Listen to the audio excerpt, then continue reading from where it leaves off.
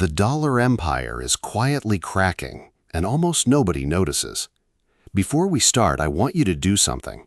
Look at the comments section and tell me honestly, do you think the United States dollar will still dominate the world 20 years from now?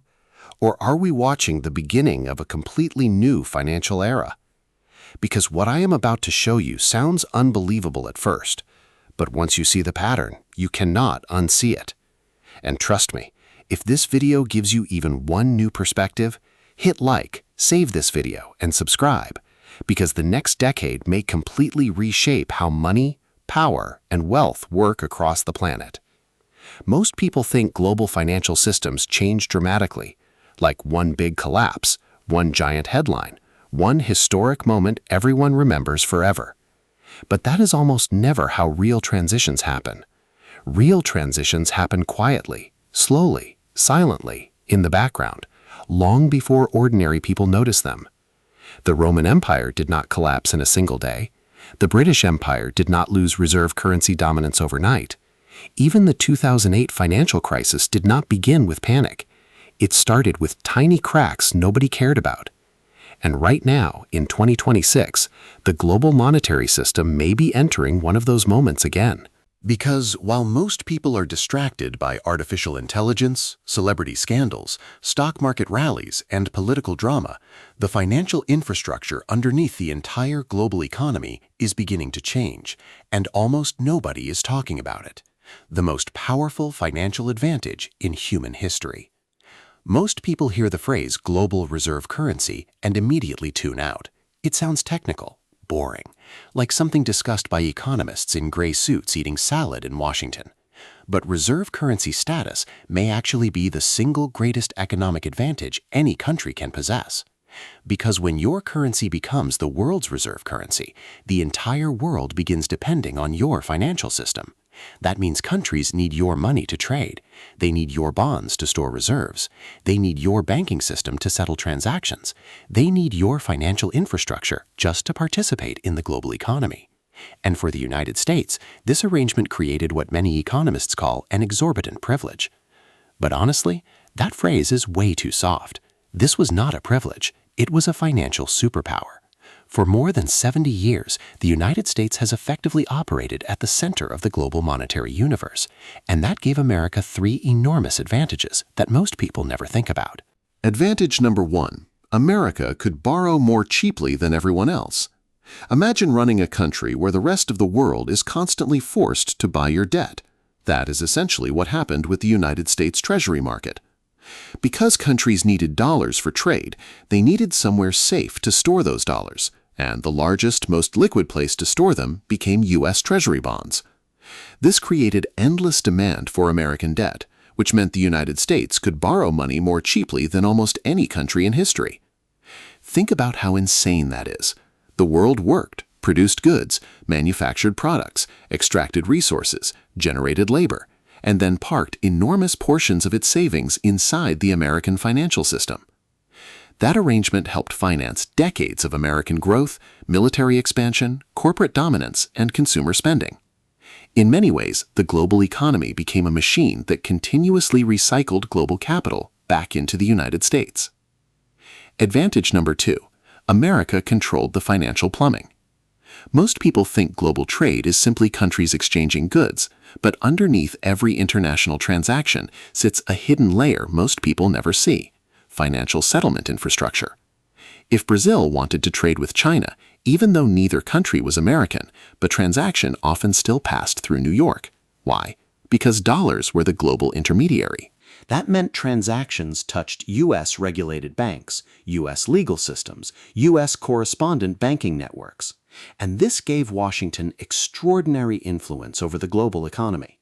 Because if nearly all international financial activity flows through your infrastructure, you effectively become the gatekeeper of the global system. Advantage number 3. Information. This is the part almost nobody talks about.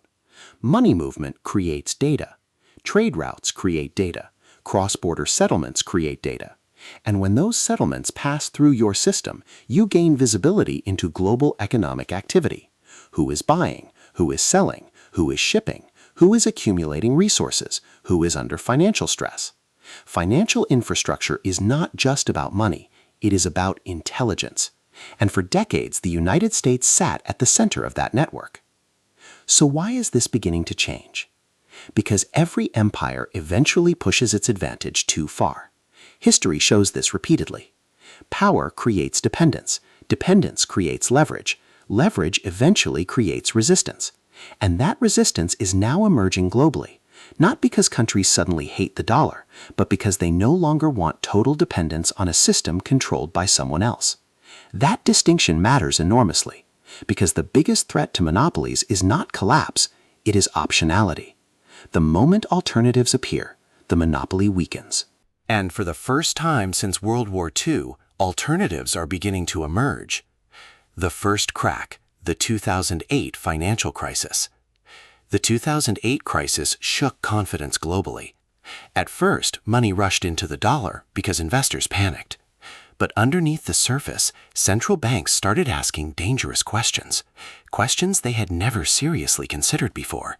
Questions like, what happens if the United States financial system itself becomes unstable? What happens if American monetary policy damages global purchasing power? What happens if we are too concentrated in dollar-based assets? Then came quantitative easing, massive money printing, interest rates near zero, asset inflation exploding everywhere. And many countries quietly realized something uncomfortable. The global financial system depended almost entirely on decisions made by the Federal Reserve. One country's central bank was effectively influencing the economic conditions of the entire planet. That realization planted seeds of doubt. Then came sanctions. This was the real turning point. When the United States and its allies froze Russian sovereign reserves and restricted access to parts of the global banking system, every central bank in the world noticed. Again, this is not about politics. Whether people support those actions or oppose them is a separate conversation. The important point is this. For the first time in decades, countries saw that reserve assets were not completely neutral. They could potentially become geopolitical tools. And once that realization enters the system, behavior changes. Because central banks do not think emotionally. They think strategically.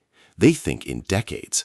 And suddenly, countries began asking, what happens if one day we become politically misaligned too? That question alone changed global financial psychology. The quiet rise of BRICS. Now here is where things become very interesting, because most people still think BRICS is just a random economic acronym from years ago. Brazil, Russia, India, China, South Africa. But BRICS today is evolving into something much larger. It is slowly becoming a coordination platform for countries seeking alternatives to Western financial dominance. And recently, the group expanded dramatically. Countries including Saudi Arabia, the United Arab Emirates, Egypt, Iran, and others became increasingly connected to the bloc.